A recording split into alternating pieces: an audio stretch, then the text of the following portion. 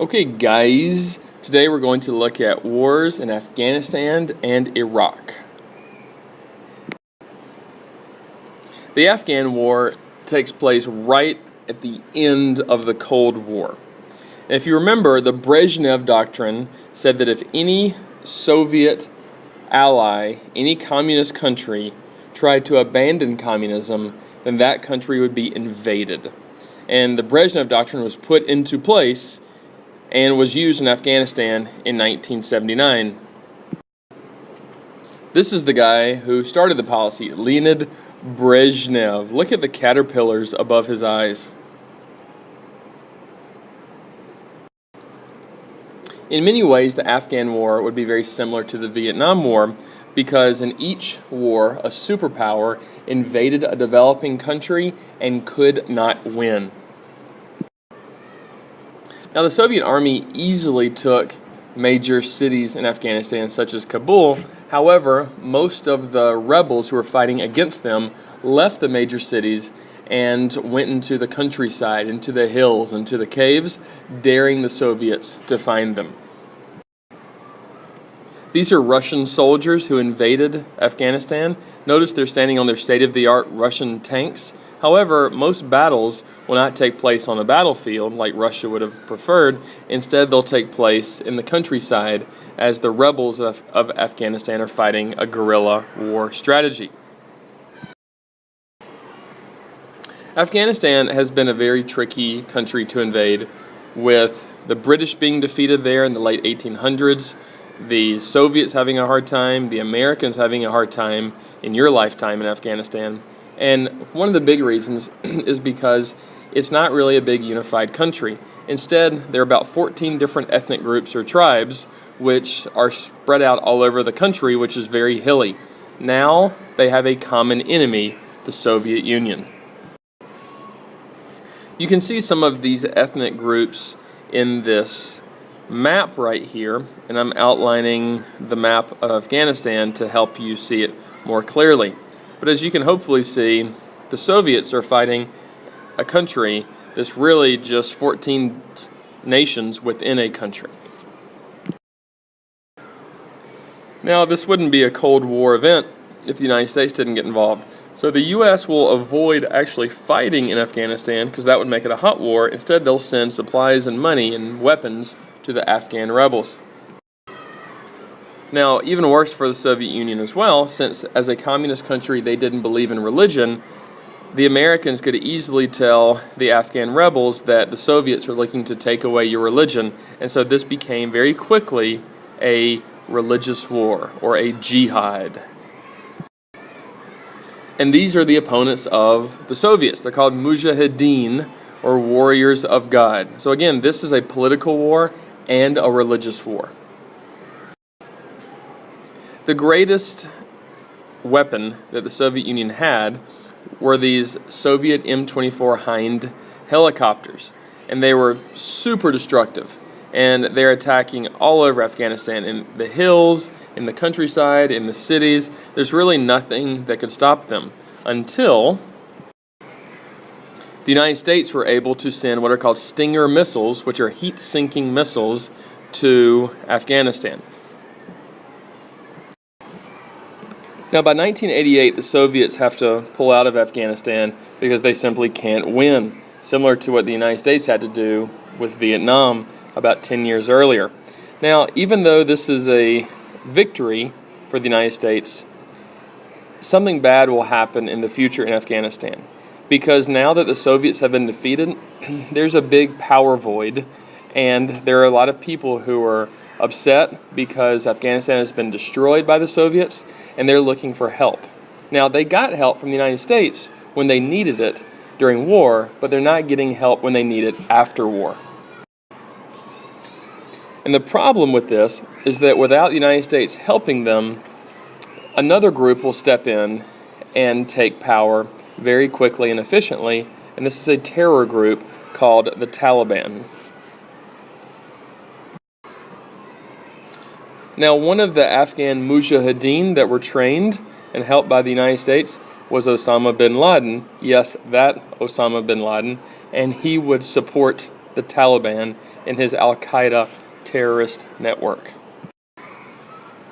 So jumping ahead a few years, as we talked about yesterday about Iran and Iraq, in 1990, the Iraqi president Saddam Hussein starts causing more problems. Now, Iraq, real fast, is not a very old country. It used to be part of the Ottoman Empire, and then when it became free, it was really a British colony or a British mandate until the 1940s or 1950s. Now, more recently, Saddam Hussein of the Ba'ath Party will take over and start a dictatorship there. Here's the picture you saw yesterday of Saddam Hussein. Fun fact, Saddam Hussein was so paranoid that someone would try to kill him that he actually had in the neighborhood of 40 lookalikes who looked just like him, who sometimes would go and give speeches as him or go to official events as him in case someone tried to kill him, because they would probably kill one of his lookalikes. It's really scary stuff. Like many other Arab leaders, Saddam Hussein wants to create a single Arab state in the Middle East. And he has a track record of doing terrible things to people, such as when he gassed about 200,000 Kurds, people from Kurdistan who live in the north of Iraq. And as you know, he gassed many people during the Iran-Iraq war. Now, this is an interesting map because you can see that Iraq is really split into three religious groups. The majority of Iraq are Sunnis. However, you also have Shia and Kurds who live in the north. The Kurds especially are the target for Saddam Hussein. Iraq created another national event when just 2 years after the end of their war with Iran, Saddam Hussein decided to invade Kuwait, which is a really small country with a lot of oil on its border. They claim that Kuwait had been pumping oil from Iraq. However, in reality, they are simply mad that Iraq doesn't own Kuwait, and they believe that that should be the case.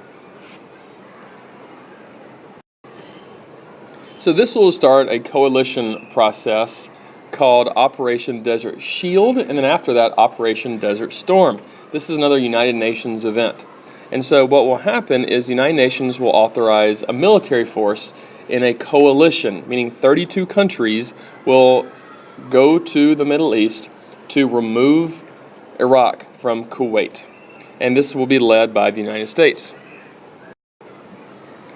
Now, this is a great map because you can see in blue just how far people are coming from to support tiny Kuwait against the country in orange, Iraq. This is a more detailed map, and I really don't care if you remember all of the intricate details of the maneuvers. However, what you should know is that this coalition, led by the United States, will stage from Saudi Arabia, and they will literally push the Iraqi army out of Kuwait back into Iraq. The United States gave Iraq and Saddam Hussein a deadline to pull out of Kuwait. However, the deadline passed, and so this is when Operation Desert Shield became Operation Desert Storm. And this is when a very short war starts, often called the First Gulf War.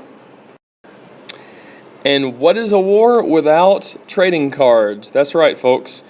Two companies, ProSet and Topps, sold what basically look like baseball cards of all different things, such as the leaders of each side, as you see here, capitals, countries, different types of weapons, prime ministers.